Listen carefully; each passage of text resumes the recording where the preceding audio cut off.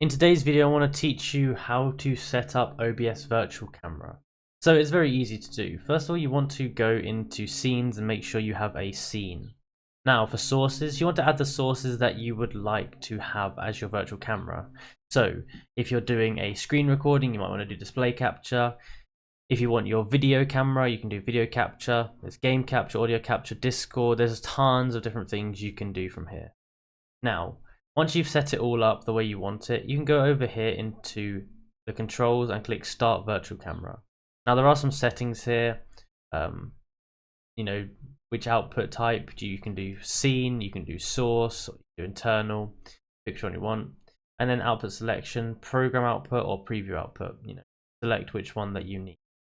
And that's how you do it. From there you can go into your software and you can select OBS as the camera type, and that will be displaying what it shows on stream as your camera.